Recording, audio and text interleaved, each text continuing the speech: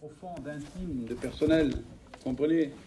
C'est tellement merveilleux. Quand le jeune garçon rencontre une jeune fille, ils se sont jamais vus et d'un seul coup, il y a quelque chose qui se produit. Et il y a une joie qui vient envahir leur cœur. L'un et l'autre. Le fait de se voir. Et puis il y a quelque chose qui se crée. Il y a un lien. Il y a une chose invisible. Et c'est le bonheur. Et c'est le bonheur. Et d'un seul coup, on ne sait pas pourquoi, mais c'est comme ça. Ils n'arrivent plus à se passer l'un de l'autre. Hein? Alors, même s'ils ont des kilomètres de distance, ils passent des heures au téléphone. Des fois, on se dit, mais qu'est-ce qu'ils doivent se dire? Il y a des jeunes chez nous, là, 5 heures au téléphone.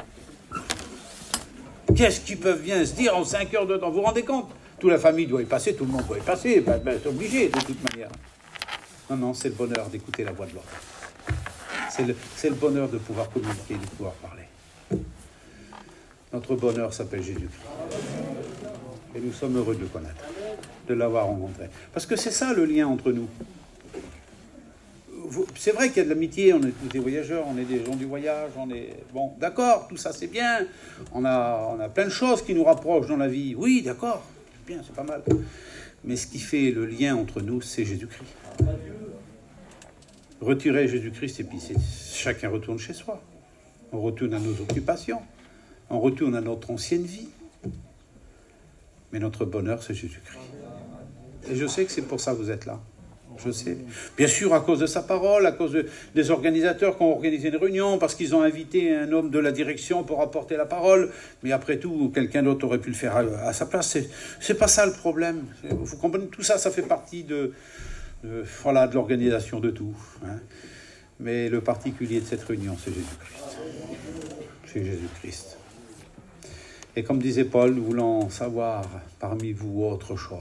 Rien d'autre que Jésus-Christ. Et Jésus-Christ crucifié. Merci Seigneur. Ben, c'est justement de ça que j'aimerais vous parler ce soir. Si Johnny m'en donne l'autorisation, tu veux bien? Bon, allez. Bon, voilà. De toute manière, on ne peut donner que ce que le Seigneur a mis sur notre cœur. Je vous lis un petit verset du psaume 34. Si ça ne vous gêne pas, je vais me mettre à l'aise. Merci Johnny pour l'invitation, en fait. Il faut quand même que... Voilà. Alors, vous avez un beau baptistère, j'espère qu'il sert souvent. Ah oui. On en a un aussi, nous, comme ça. C'était le premier bateau de la mission, je crois, chez moi, là-bas. Tu vois, je ne suis pas au bord de la mer, mais voilà. T'es un copieur aussi, toi, hein? Bon, mais c'est bien, de toute manière. Voilà, toutes ces choses-là, le matériel, la salle, tout nous est donné pour qu'on puisse le mettre au service du Seigneur. Hein, au service du Seigneur, au service de l'Église, au service des âmes, au service du salut des âmes. Merci Seigneur. Le psaume 34, alors il y a un tout petit verset qui a attiré mes regards, et puis il y aura aussi Hébreux, chapitre 12 et verset 2. Il est très court ce verset, le verset 6. Voilà, il dit que quand on tourne vers lui les regards, on est rayonnant de joie. Et le visage ne se couvre pas de honte. Vous avez déjà eu honte? Ça ne m'étonnerait pas. Qui n'a pas eu honte un jour, hein? Qui un jour n'a pas été fier de lui? Il faut bien comprendre. Hein?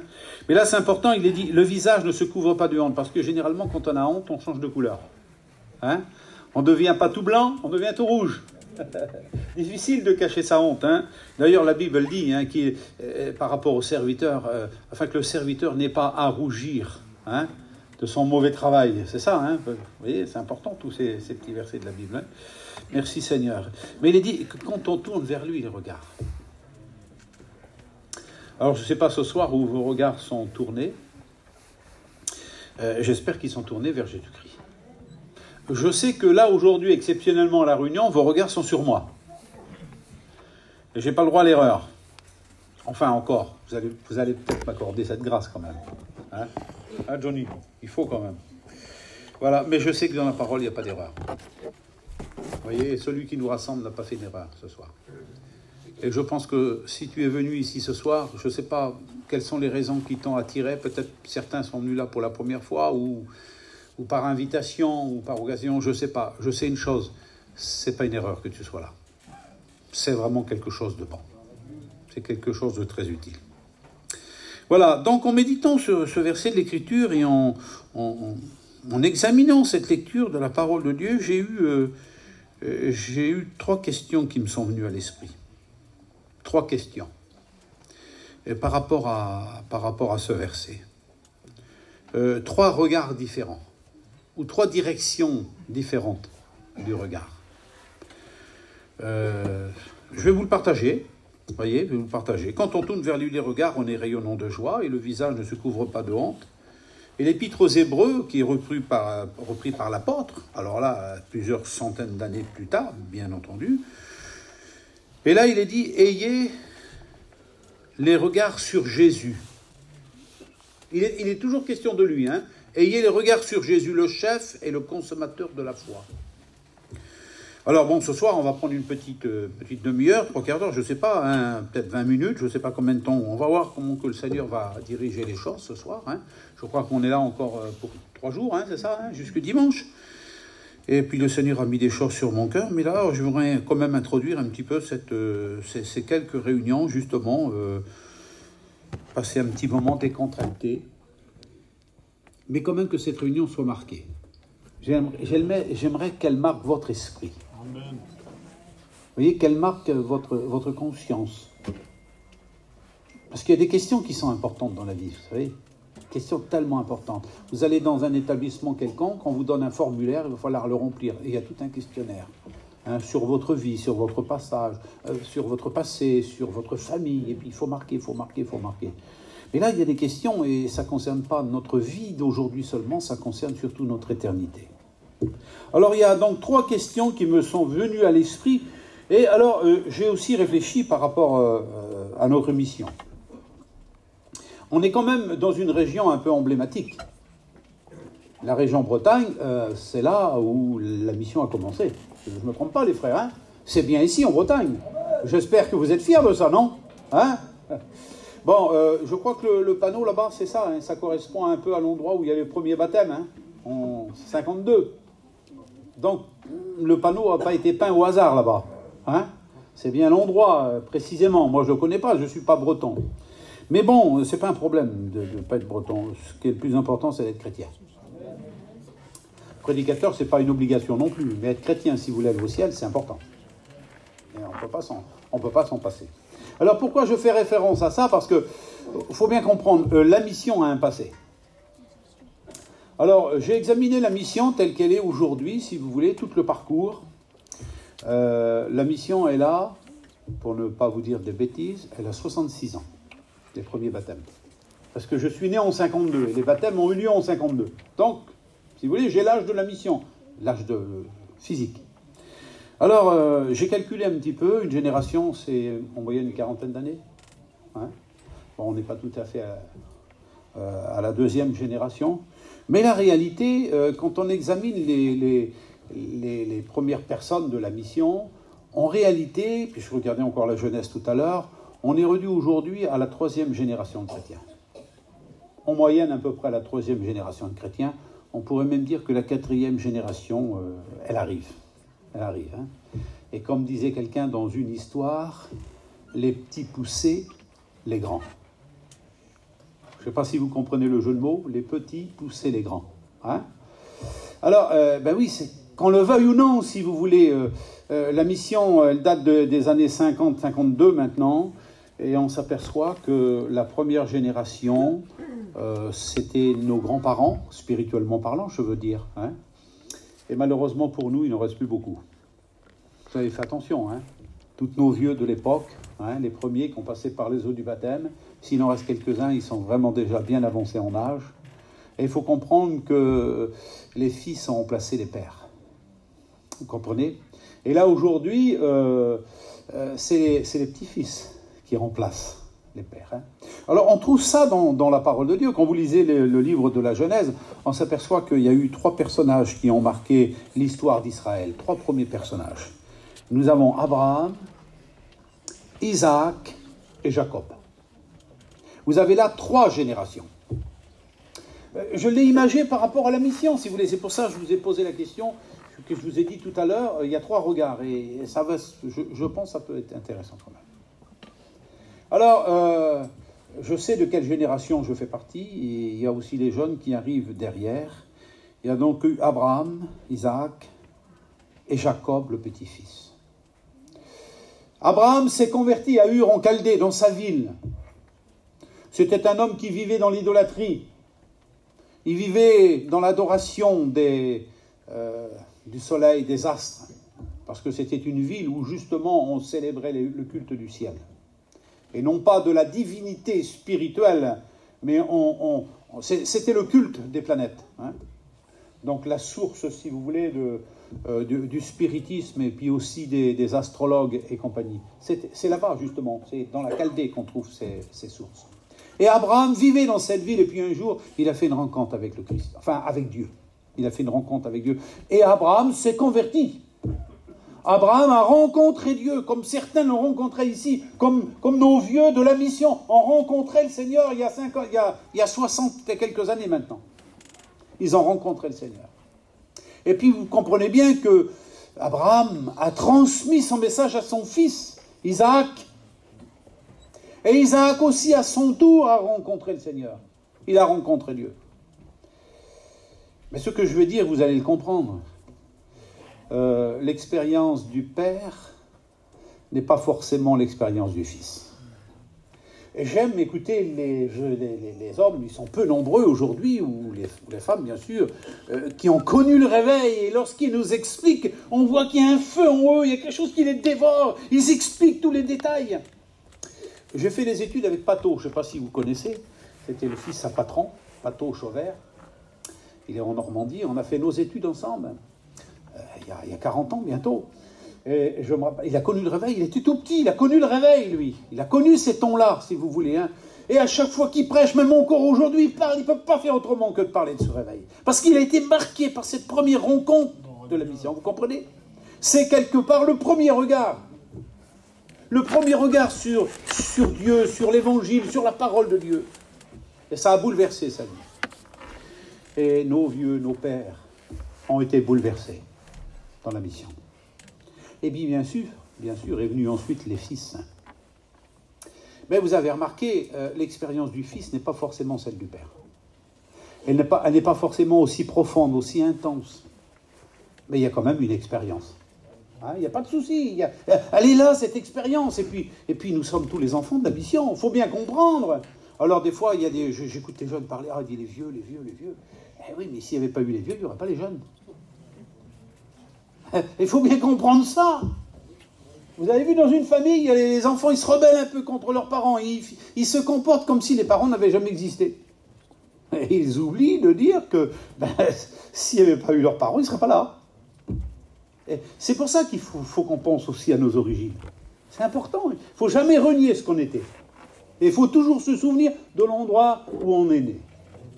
Moi, je me souviens de ma jeunesse et de mon enfance.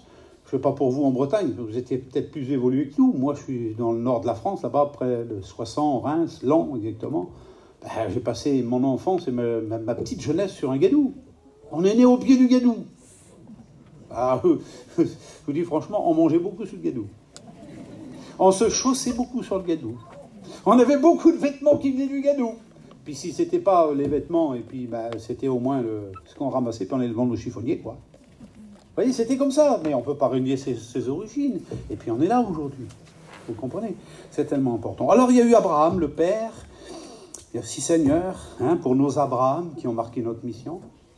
Merci Seigneur pour les fils qui ont suivi, les Isaac, et certainement qu'ils sont nombreux, plus nombreux que nos pères. Et il y en a eu plein. Et puis la mission a été marquée par tous ces hommes-là. Ils sont encore là, actifs, on en a encore plein dans la mission. Hein. Ils dirigent la mission aussi aujourd'hui, maintenant. Hein. Donc il faut comprendre cela. Et puis bien sûr, il y a eu le troisième. C'est le petit-fils. Alors il faut comprendre que la conversion du grand-père a été quelque chose de formidable. La conversion du fils aussi, elle était pas mal. Et la conversion du petit-fils, je ne sais pas, quand on examine la vie de Jacob, d'ailleurs son nom, vous connaissez la signification du nom de Jacob? Ça veut dire trompeur. Trompeur, surplanteur, tricheur. Enfin, il a tous les défauts possibles, celui-là. C'est terrible. C'est terrible.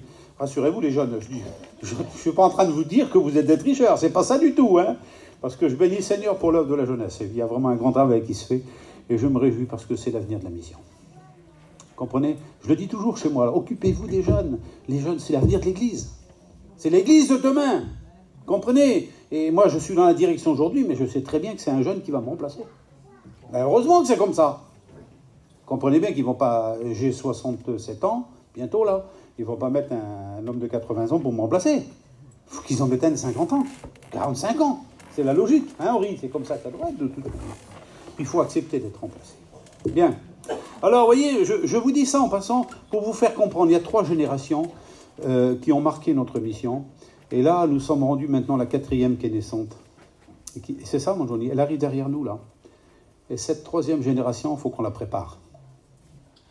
Il faut qu'elle soit prête pour assumer sa tâche. Parce que le temps passe vite. Très vite. C'est vrai qu'on attend le Seigneur. Moi, je crois au retour du Seigneur bientôt, que le Seigneur va enlever l'Église. Mais je ne sais pas combien de temps il nous reste encore. Et je m'efforce de poser la question à chaque fois. L'enlèvement de l'Église, c'est quand? Allez, je vous pose la question ce soir. Est-ce qu'il y a quelqu'un qui pourrait me donner la date de l'enlèvement de l'Église? Ben, répondez-moi, les chrétiens, les sœurs, les frères, allez-y. Vous avez une révélation? Qui c'est qui a une révélation là?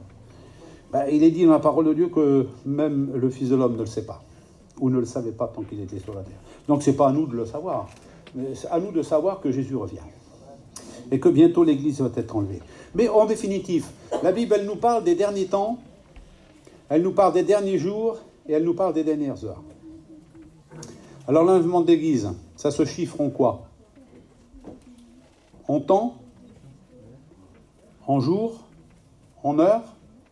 Autrement dit, en heures? En jours? En mois? En années? En dizaines d'années? En centaines d'années? Personne ne peut le dire. Je sais une chose, c'est que Dieu a eu de patience, parce qu'il veut qu'aucun périsse, mais que tous arrivent à la repentance.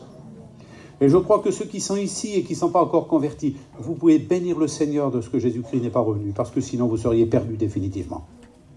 Mais aujourd'hui, vous avez encore une grâce, vous pouvez vous convertir. Et il ne s'agirait pas de louper, de manquer cette opportunité qui vous est offerte gratuitement, par amour, pour que vous soyez sauvés. Et c'est tellement important. Merci Seigneur. Alors voyez, ces 3 générations représentent, si vous voulez, 3 époques différentes, mais elles nous démontrent que toutes les générations qui se suivent ont la possibilité de se tourner vers Dieu, de se convertir. Et j'aimerais le dire à la génération qui est devant moi, celle-ci qui est là ce soir, dans cet auditoire, votre génération a un privilège, vous écoutez l'Évangile. Il y a des hommes qui s'occupent de vous et qui vous font connaître le chemin du ciel, qui vous font connaître la grâce. Mais c'est tellement important. Vous savez, nous vivons une époque très troublée, une époque très difficile. Le monde est sans dessus dessous, il n'y a plus rien qui va. Vous êtes au courant de tout. Aujourd'hui, tout le monde est informé. Il se passe un fait en Chine, en Russie ou aux États-Unis, dans l'heure qui suit, on est tous au courant. Ce qui s'est passé à Strasbourg, rassurez-vous, toutes les journaux du monde entier en ont parlé. Y compris les Chinois, les Russes, les Polonais, les Japonais. Dans les pays les plus reculés en Afrique, on a parlé des événements qui se sont produits à Strasbourg. Parce qu'aujourd'hui, les nouvelles vont très très vite. Notre génération a un grand privilège, c'est que l'Évangile est annoncé partout. Et ça, c'est une des prophéties qui est en train de s'accomplir. Alors moi, j'ai 3 questions à vous poser, si vous me le permettez. Puisque là, il est question du regard. Quand on tourne vers lui les regards, on est rayonnant de joie. Et il y a 3 questions qui me sont venues à l'esprit quand j'ai lu ce passage. Je me tourne sur ma droite et je vous demande de regarder. Il y a là 2 morceaux de bois qui sont croisés. Ils ne l'étaient pas avant. On les a croisés exprès. Vous voyez? Il y a là un négatif. Il y a là un positif. Le négatif, c'est l'homme. Le positif, c'est Dieu. Jésus-Christ est venu sur la terre. Il est descendu du ciel. Il vient du haut. C'est lui le positif. Le négatif, c'est l'homme. Quand Jésus est venu sur la terre, Jésus était esprit. Il vivait à la droite du Père. Il était dans la gloire du Père. il a quitté cette gloire, il a accepté d'être dépouillé de toute cette gloire qu'il avait dans le ciel. Pour faire quoi? Pour revêtir notre humanité, notre corps, un corps comme le nôtre. Et ça, c'est le négatif. Mais quand vous rassemblez le négatif et le positif, ça fait de l'électricité, ça fait de l'énergie. Et j'aimerais vous dire, un jour, j'ai rencontré Jésus-Christ dans ma vie. J'étais négatif à tous les points. Il n'y avait rien de bon en moi. Tout était négatif. Mais lorsque j'ai rencontré le positif qui s'appelle Jésus, ça a produit une énergie en moi qui a transformé ma vie et qui a fait de moi ce que je suis aujourd'hui, un prédicateur de l'Évangile. Un homme qui a changé totalement de vie, qui a abandonné ses passions, ses péchés, et qui s'est tourné vers lui et qui le suit maintenant depuis bientôt 50 ans. Alors, voyez-vous, j'aimerais vous poser la question ce soir. Quel regard avez-vous sur la croix? Et j'aimerais vous parler de 3 regards différents. C'est pour ça que j'ai pris les 3 exemples de ces 3 hommes, qui avaient sur la vie 3 regards différents. Et ils avaient sur la vie, leur relation avec Dieu, 3 regards différents. Le père, le fils et le petit-fils n'avaient pas le même regard. Et je sais qu'ici, les changements de génération, parce que toutes les générations se succèdent, mais changent de vision automatiquement. Vous comprenez? Parce qu'on ne vit pas la même époque. On ne vit pas la même époque. Je disais à ma femme aujourd'hui, il y a 2 choses qui m'ont toujours marqué, 2 choses qui existent. C'est les bateaux et les avions. Je regardais, il y avait un bateau dans la chambre en haut, là, et je regardais, j'ai toujours été attiré, mon regard a toujours été attiré vers la grandeur, là. C'est extraordinaire. Et puis, bien sûr, un avion, voilà, c'est des choses qui m'attirent. Mais moi, c'est de la croix que j'aimerais vous parler ce soir. Et j'ai relevé 3 regards. La première question, j'aimerais vous la poser ce soir. Quel est votre regard sur la croix? Comment voyez-vous la croix? L'apôtre Paul, lorsqu'il prêchait, il va dire ces paroles. Dans Galates, au chapitre 6, verset 14, il va dire « Pour ce qui me concerne, loin de moi la pensée de me glorifier d'autre chose que de la croix de notre Seigneur Jésus-Christ, par qui le monde est crucifié pour moi, comme je le suis pour le monde. » Il va employer des mots forts, parce que là, il met la croix en avant, en disant « Je ne veux savoir autre chose dans ma vie et dans ma prédication que Jésus-Christ et Jésus-Christ crucifié. » Et je ne sais pas quel est votre regard sur la croix aujourd'hui. Dans l'Épître aux Corinthiens, au chapitre 1, verset 18, Paul est en train de prêcher. Et il dit ces mots, « La prédication de la croix, elle est une folie pour ceux qui périssent, mais pour nous qui sommes sauvés, elle est une puissance de Dieu. » Quel regard avez-vous sur la croix? Moi, je vous pose la question ce soir. Et je ne vous pose pas la question pour vous amuser, hein, ou pour passer le temps, ou pour dire que... Non, je vous pose réellement cette question. Que représente la croix pour vous? Alors, j'ai 3 questions à poser par rapport à la croix. La première, à vous de répondre. Je ne vous demande pas de me répondre à voix haute, mais répondez dans votre cœur. Parce que cette question, elle est très importante. La croix a-t-elle encore une valeur pour vous? Pesez les mots la question que je vous pose. Est-ce que la croix a encore une valeur pour vous? Pour ça, je vous ai parlé d'Abraham. Et ça représente les vieux de la mission, les premiers. Je vous ai parlé d'Isaac. Et je vous ai parlé de Jacob. Moi, j'ai l'impression que la croix, elle est moins en évidence aujourd'hui qu'elle ne l'était dans le passé. J'ai écouté quelque chose tout à l'heure à la radio. Et puis, vous savez qu'on vit dans un pays laïque. J'en parlais tout à l'heure avec le frère, là. Vous savez ce que c'est que la laïcité? C'est un mot barbare pour la plupart des rabouins, hein. Il faut dire la vérité, hein. C'est ce que c'est, Johnny, hein, la laïcité. Donc, la laïcité, c'est en fait, on est gouverné justement par un gouvernement laïque. C'est-à-dire qu'on a séparé la religion d'avec l'État. Ce qui veut dire qu'aujourd'hui, avant 1905, c'était un gouvernement religieux qui dirigeait la France. Mais à partir de là, on a inventé la laïcité, c'est-à-dire qu'on a séparé les pouvoirs. Ce qui veut dire qu'aujourd'hui, on a un pouvoir politique qui ne se laissent pas influencer par la religion. Alors j'ai écouté, je ne sais plus dans quelle ville ça s'est passé aujourd'hui, à la mairie, ils ont décidé, d'ailleurs ça a été jusqu'au tribunal administratif, et ils ont décidé d'interdire la crèche, une crèche de Noël, dans la mairie. C'est ça, hein? Joli, tu l'as écouté aussi. Hein? Oui, parce que tout ce qui est religieux dérange. Et entre autres, la croix, elle dérange. C'est pour ça que je me permets de poser la question aujourd'hui. La croix a-t-elle encore une valeur pour vous, pour nous? Parce qu'il semblerait qu'aux yeux de l'humanité, la croix n'a plus de valeur. Avant, on donnait des fortunes pour se faire fabriquer une croix en or ou en bijoux ou avec des pierres très précieuses. On donnait des fortunes. Aujourd'hui, c'est fini. Allez dans les bijouteries, essayez de voir si vous avez une croix. C'est très difficile, une petite croix, mais vraiment, faut pas qu'elle soit trop visible. Chirac, il disait, il faut pas qu'elle soit trop ostentatoire. Ça, c'est des mots barbares, hein, des mots, pour nous, hein, des mots extrêmement français. Mais ça veut dire ce que ça veut dire.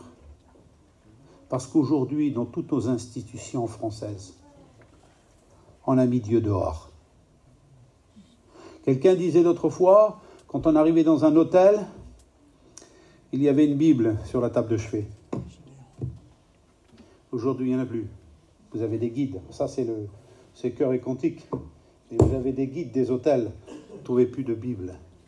Au-dessus du lit, il y avait une croix avec un crucifix. Dans les hôtels, dans les mairies, partout où vous alliez, il y avait des signes religieux. Aujourd'hui, on a tout balayé. On a mis Dieu à la porte. La croix est devenue dérangeante. Je ne sais pas si elle vous dérange, la croix. Je sais qu'autrefois, avant de me convertir, lorsque je voyais la croix, je me sentais coupable. Je me sentais sale. Je ne connaissais pas l'évangile. Je ne connaissais rien, mais elle me gênait quelque part. J'étais incapable de regarder, vraiment de fixer. Je ne pouvais pas. Ça me gênait. Je ne sais pas où vous en êtes aujourd'hui. Alors ça, c'est la première question que je pose. A-t-elle encore une valeur? Est-ce que c'est que la valeur, hein? A-t-elle encore un sens pour nous? Et moi, je me suis posé la question par rapport à Jacob.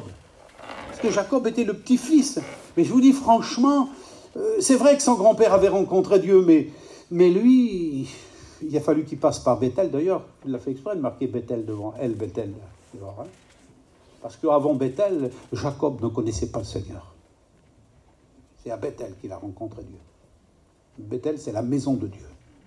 Et ici, c'est la maison de Dieu. J'aimerais te dire qu'ici, tu peux rencontrer Dieu. Alors, je ne sais pas si la croix a encore une valeur à tes yeux. Il semblerait que l'évangile n'a plus de valeur pour certains. On néglige l'évangile. Ça ne leur intéresse pas, l'évangile. Ça passe en second plan. Alors, laissez-moi vous dire, s'il y a bien une valeur sûre pour investir dans le futur, dans l'avenir, c'est bien l'évangile. Parce que les paroles du monde s'envolent, mais les écrits restent. La parole de Dieu ne périra jamais, elle demeure éternellement. Alors, je ne sais pas quelle valeur elle a, la croix, pour vous. Je sais, pour moi, elle a une valeur de salut. La croix, elle a une valeur de délivrance. La croix, elle a une valeur de purification. C'est tellement important. A-t-elle encore un sens? Parce qu'il semblerait que pour certains, ça n'a pas de sens, l'évangile. Mais ils sont fous, ces chrétiens-là. Pour certains, ils le disent. Et j'ai même l'impression que pour certains chrétiens qui ne viennent plus aux réunions, j'ai l'impression que l'évangile n'a plus de sens. Où aller d'en savoir? Seraient-ils devenus des insensés? Auraient-ils perdu le sens de l'orientation? Ce sont des questions que je pose. À chacun de répondre par rapport à sa vie. Moi, je ne peux pas répondre pour vous, je réponds pour la mienne.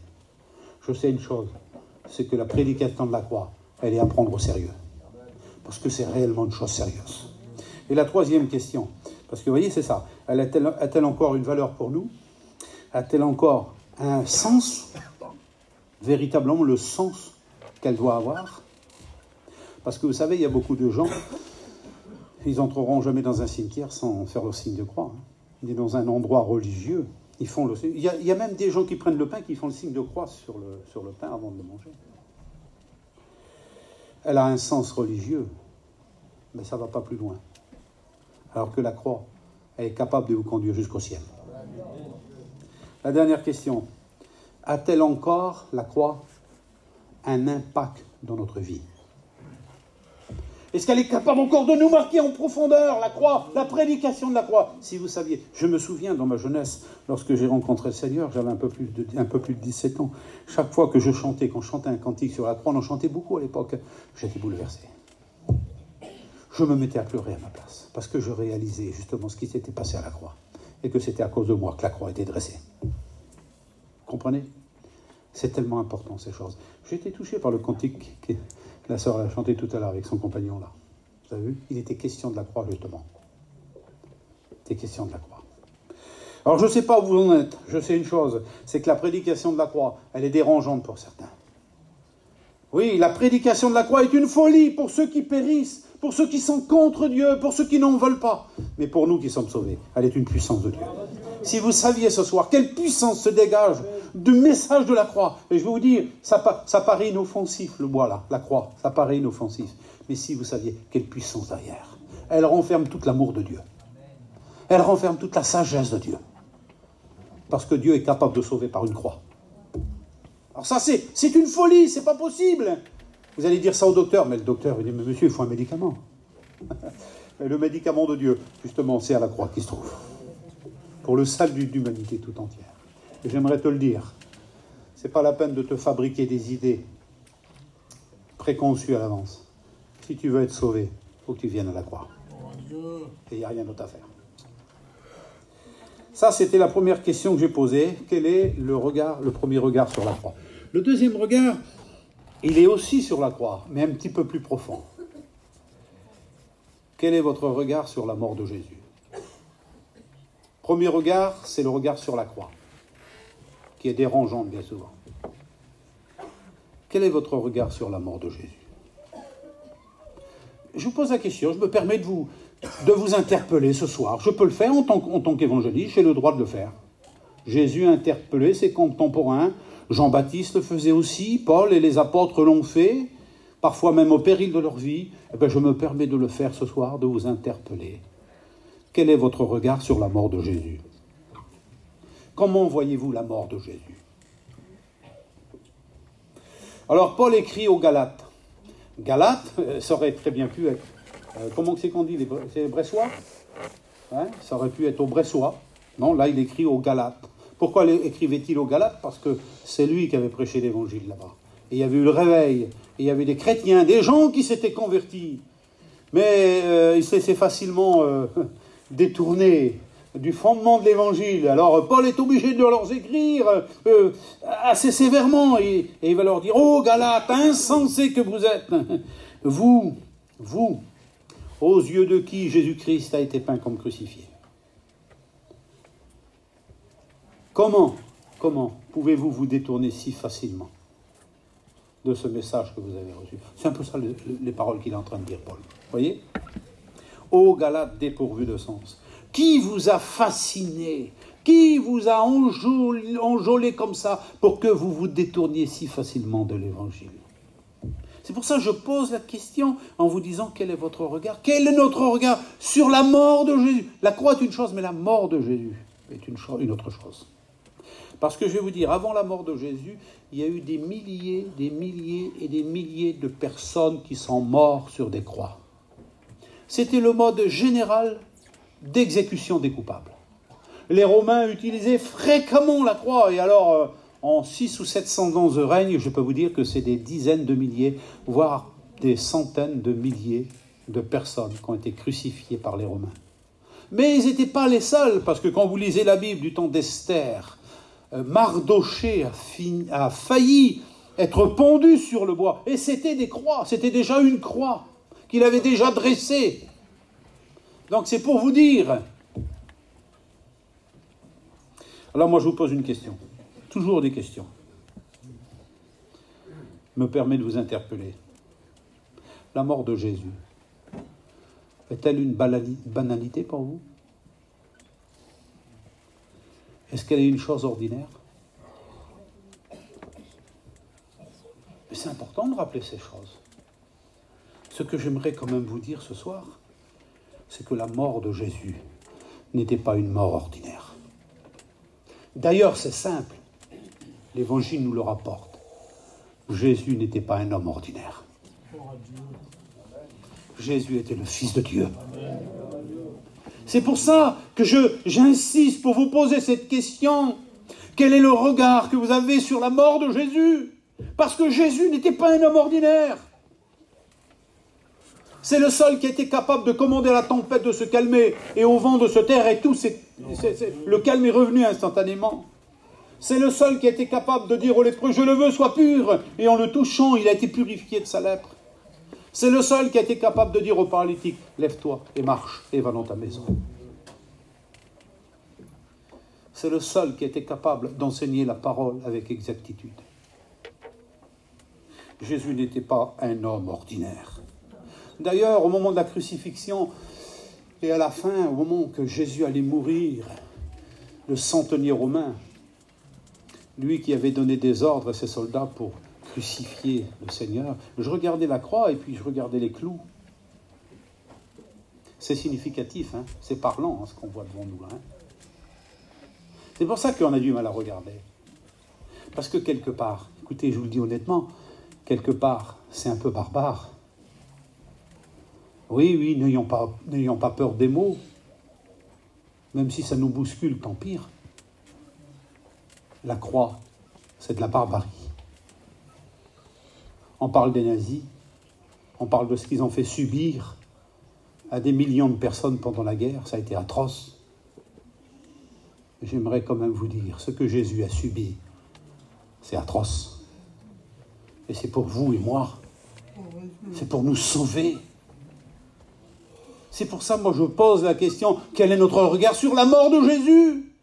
Mais ce n'est pas une mort ordinaire. Mais je vais vous dire, on ne se contentait pas de les attacher sur la croix, de prendre des cordes et de les pondre au bois simplement pour qu'ils meurent à petit feu. Plus que ça. On les attachait. Mais avant de les attacher, on les fouettait. Il fallait que le sang coule, il fallait qu'ils souffrent. Parce que, si vous voulez, à l'époque, le raisonnement, il fallait que la personne souffre le plus possible avant de mourir. Vous avez remarqué aujourd'hui ceux qui sont en prison? Alors, on a une prison à nous, allons, alors là, il paraît que c'est plus une prison, il paraît que c'est un hôtel 5 étoiles. Ils ont la télévision, ils font leurs petites commandes, les gardiens leur amènent tout. On a un visiteur de prison qui allait visiter la prison, alors il dit « Ah, telle heure, ah ben, il faut que j'y aille, je vais aller manger ma grillade. » Ah bon, tu vas manger où ta grillade? À la prison. Alors les prisonniers faisaient la petite grillade. Même encore maintenant, ils le font. Vous voyez, c'est une prison modèle. Prison modèle. Tout a changé aujourd'hui. La mort de Jésus, c'était une souffrance atroce. On l'a fait souffrir pour chacun d'entre nous. Et je vous dis, la mort de Jésus n'a pas été une chose ordinaire. Il est mort pour nous. Il est mort pour toi et moi. Il a donné sa vie. Non seulement on l'a attaché, non plus on a cloué ses mains. On a cloué ses pieds. Il a senti dans son corps l'intensité de la douleur. Et c'est pour chacun d'entre nous qu'il l'a fait. Pour ça, moi, ces questions sont venues à mon esprit et je sentais comme si que le Seigneur était en train de me parler. Jojo, quel est ton regard sur la croix? Qu'est-ce que tu penses de la croix? Comment tu vois la croix? Est-ce qu'elle a une valeur pour toi? Est-ce qu'elle a un sens? Parce qu'il semblerait qu'elle n'a plus de sens, la croix. Je sais que pour certains, c'est une banalité. Ça passe. La mort de Jésus, comment tu la vois? Quel impact qu'elle a dans ta vie? Jésus n'était pas un homme ordinaire. Et j'aimerais vous dire ce soir, Jésus, c'est le Fils de Dieu. Et le centenier romain l'a dit. Assurément, cet homme était fils de Dieu. Et j'aimerais quand même vous dire que le centenier, c'était un capitaine romain. Il avait 100 hommes sous ses ordres. C'était pas un enfant de cœur. Et je vais vous dire, cet homme, il était habitué au sang. Il y a des gens, moi j'ai mon gendre, il connaît Isaac, hein, il fait 1m90. La petite, il y a un petit peu de sang qui a coulé du nez comme ça dans l'hôpital, elle est tombée par terre, j'en ai pas. Le sang, il ne supporte pas. Là, c'était le centenier, lui. Il n'y avait rien qui le faisait pleurer. Et là, ce jour-là, il a été touché au plus profond de ses entrailles. Et il a réalisé, au pied de la croix, que Jésus n'était pas un homme ordinaire. Et que ce n'était pas la mort d'un homme ordinaire. Et il a réalisé là, après l'avoir crucifié, que c'était le Fils de Dieu qui est en train de mourir. Et j'aimerais te dire ce soir, c'était pour toi qu'il est mort. C'était pour toi et moi, pour nous sauver, pour nous libérer de la mort certaine, la mort éternelle, la séparation éternelle avec Dieu. C'est pour ça que Jésus est mort. Alors je ne sais pas quel est ton regard ce soir, mais j'aimerais tant que tu puisses changer de regard. Peut-être que jusqu'à aujourd'hui, ton regard a été un regard de mépris, peut-être même un regard de moquerie. Combien se moquent de la croix? Combien se moquent de la mort de Jésus? Mais je pourrais vous dire ce soir, la mort de Jésus, c'est la manifestation visible de l'amour de Dieu pour chacun d'entre nous. Vous comprenez? Et ne croyez surtout pas que Dieu ne vous aime pas. Il vous aime tant qu'il a donné Jésus pour vous. Jésus vous aime tant qu'il a donné sa vie. D'ailleurs, il le dit, lorsqu'il est devant Pilate, on ne prend pas ma vie, je la donne de moi-même. Et Jésus a donné sa vie par amour pour nous. Il faut que nous le réalisions. C'est une grâce merveilleuse. Et voyez-vous, 2000 ans après, ce message de l'amour de Dieu est prêché encore dans une petite salle du côté de Brest. Vous ne trouvez pas que c'est merveilleux, ça? C'est glorieux ce que Dieu a fait. Merci Seigneur. Il faut que je termine maintenant. Oui, j'avais rajouté un petit point, je vous le dis en passant. La mort de Jésus n'était pas une mort ordinaire. Et j'aimerais vous dire, la mort d'un chrétien. Lorsque quelqu'un meurt en tant que chrétien, si vous savez quelle valeur elle a aux yeux de Dieu, si vous savez quelle richesse de mourir dans le Seigneur. Je prêchais il y a quelque temps, justement, à l'occasion de quelqu'un qui était parti, et puis je disais, la mort d'un chrétien, c'est pas une catastrophe. Bizarre, hein? On veut pas mourir, hein? On veut tous vivre. On ne voudrait jamais connaître la mort. Mais pour vous dire, la mort d'un chrétien, c'est pas une catastrophe. C'est une gloire. Parce que celui qui meurt, il en a fini avec le péché. Il est rentré dans le royaume des cieux. Il est directement introduit dans le ciel. Et c'est ça qui est extraordinaire. Lisez la Bible, vous allez le découvrir, vous allez voir. Lorsque Étienne, le premier martyr, est mort, juste avant de mourir, le ciel s'est ouvert devant lui. Et il a vu Jésus, le Fils de Dieu, debout à la droite du Père, qui lui tendait les bras, et qui était là pour l'accueillir. Et ça, c'est merveilleux. Merci Seigneur. Merci Seigneur. La troisième question, je vous la pose, et puis on va conclure le message. Donc la première, c'était, comment voyez-vous la croix, hein? A-t-elle encore une valeur? A-t-elle encore un sens pour vous? A-t-elle encore un impact dans notre vie? Parce qu'il semblerait qu'elle n'a plus d'impact, qu'elle n'a plus de pouvoir, elle ne touche, il n'y a plus rien. Il y a des gens qui sont devenus tellement insensibles, il n'y a plus rien qui les touche de toute manière. C'est vrai, hein? Les images à la télévision, on voit le sang qui coule, on voit des bras qui tombent, on voit des têtes coupées. On voit rien, on voit tout ça, ça ne nous touche même plus. Mais c'est vrai ce que je dis, hein? Voilà, il y a des choses qui ne nous choquent plus aujourd'hui. Je ne sais pas si la croix vous choque, je ne sais pas si elle a un impact. Et je sais une chose, qu'elle a été dressée pour toi et pour moi. La mort de Jésus est-elle encore une valeur? Il faut se poser la question. Et puis mon troisième regard, la troisième question, c'est quel est votre regard sur le péché? Sur la croix, sur la mort de Jésus et sur le péché. Pourquoi justement ce point de conclusion? Parce que laissez-moi vous dire, c'est à cause du péché que Jésus est mort. Est-ce que vous le savez ça? C'est à cause de ton péché, à cause de mon péché. C'est pour ça que Jésus est mort, c'est pour ça qu'il a donné sa vie. Et je ne sais pas quel est le regard que vous avez sur le péché aujourd'hui, je ne sais pas moi, parce que j'ai l'impression que dans notre monde d'aujourd'hui, le péché, c'est quoi le péché? C'est une banalité. Est-ce que le péché existe encore d'ailleurs de nos jours? C'est là la question qu'il faut se poser. Hein? Il faut être honnête. Vous avez vu les nouvelles lois qu'on nous vote maintenant aujourd'hui? Hein? Écoutez, c'est même incroyable. Vous avez vu le mariage pour tous, hein? Mais quelle honte! Vous ne trouvez pas que vous trouvez pas qu'il se passe des choses honteuses aujourd'hui? Puis, alors ce qui est terrible, c'est que ça touchait qu'une classe de la société, mais j'ai l'impression aujourd'hui que ça rentre partout. Ça arrive partout. Non mais, on est bouleversé, on est choqué, on est attristé, on est scandalisé. Non, vous n'êtes pas encore scandalisé, vous? La vérité, elle est là. Alors moi, je ne sais pas. Je pose une question.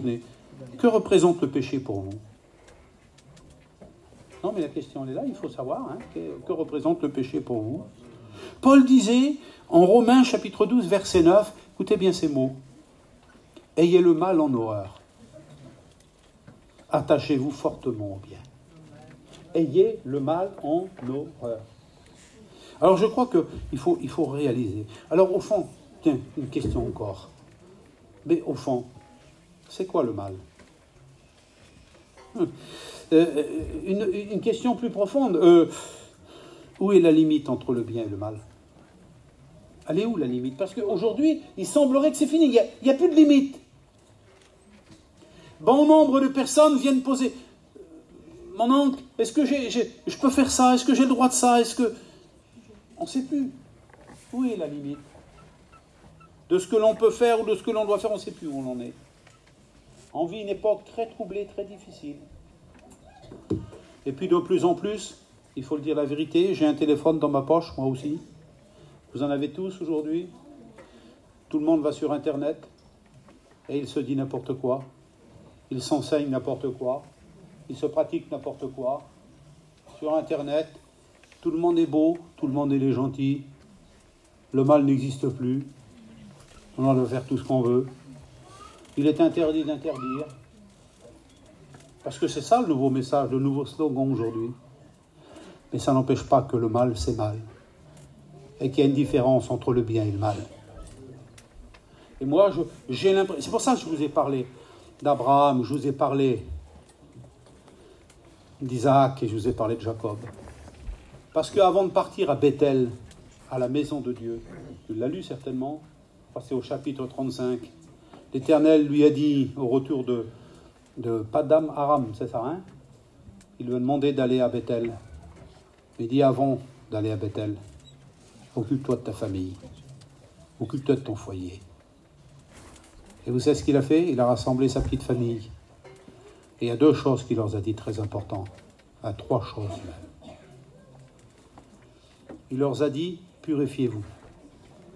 Il a fallu qu'ils disent ça à ses enfants. Purifiez-vous. Changez de vêtements.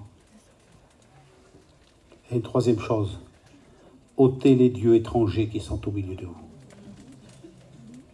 Ça, c'est ce que Jacob a dit à sa famille. Et la question se pose aujourd'hui. Comment Jacob s'était-il relâché à ce point de permettre que des impuretés rentrent chez lui ? Comment se fait-il qu'il a fallu qu'il leur fasse changer de vêtements ? Comment était-il habillé ? On peut se poser la question. Et puis il a fallu qu'il leur dise, ôtez donc les dieux étrangers qui sont au milieu de vous, parce que là-bas, Bethel, on va rencontrer Dieu. Et j'aimerais le dire ce soir, sans être méchant, mais je le sens, c'est dans mon cœur comme ça.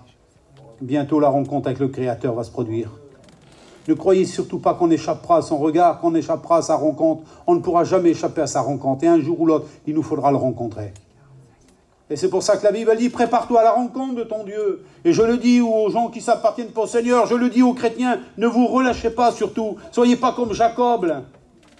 Regardez, il faut appeler le mal mal et appeler le bien bien. Et aujourd'hui, on vit une période où tout est renversé, où la croix n'a plus de sens, où la mort de Jésus n'a plus de valeur, où on néglige les choses de Dieu. Et je sais qu'il y a des gens qui négligent les choses de Dieu, même qui portent le nom de chrétiens. Si vous saviez quelle gravité ça a, si vous saviez, oui, il semblerait que le péché est devenu une chose ordinaire. J'ai noté ces petites notes. Il semblerait que ça n'a plus de gravité. Et pourtant, c'est à cause du péché que Jésus est mort. Et c'est à cause du péché que des millions de personnes iront en enfer. Et nous avons besoin de réaliser, de comprendre ces choses. Je lis 2-3 petits versets, puis on va prier le Seigneur. Conclusion, c'est Paul qui nous la donne. Paul avait une priorité. L'apôtre Saint Paul. Vous savez quelle était sa priorité ? C'était éradiquer, éliminer, extirper, arracher, ôter le péché de sa vie. Parce qu'il avait compris que c'était à cause de ça que Jésus était mort. Et que ce péché-là, s'il n'était pas ôté de sa vie, alors ça lui fermerait la porte du ciel. C'est tellement important, toutes ces paroles. C'est pour ça qu'il va dire aux Philippiens, je cours vers le but, pour tâcher de remporter le prix de la vocation céleste. Et il va vraiment y mettre tout son cœur. Et quand il parle aux Romains, il va dire, mais misérable que je suis, qui me délivrera de ce corps ? Ce corps de péché, le mal est en nous. Vous le savez bien, il y a ce combat continuel dans notre cœur entre le mal et le bien, cette attirance vers le bien, mais cette attirance vers le mal. Et c'est ce combat continuel de tous les jours. Il dit, mais qui va me délivrer de cette situation? Eh bien, Paul va répondre, il va dire, mais grâce soit rendue à Dieu. Par Jésus-Christ notre Seigneur, cela est possible. Et c'est pour ça que Jésus est mort sur la croix. Vous comprenez? Il est mort pour nous délivrer du péché et pour nous donner la vie éternelle. Merci Seigneur, merci Seigneur. Jean, lorsqu'il a vu Jésus arriver vers lui, Jean-Baptiste, et qu'il a vu Jésus venir, il a dit, voici l'agneau de Dieu qui ôte le péché du monde. Et Jésus est mort sur la croix, justement en sacrifice pour ôter notre péché, ce qui nous ferme les portes du ciel. On va prier ensemble, Seigneur. J'espère que vous avez compris le message ce soir. Parce que c'est tellement important de rappeler ces choses. Rappelez-vous les 3 regards sur la croix, justement. Sur la mort de Jésus et sur le péché.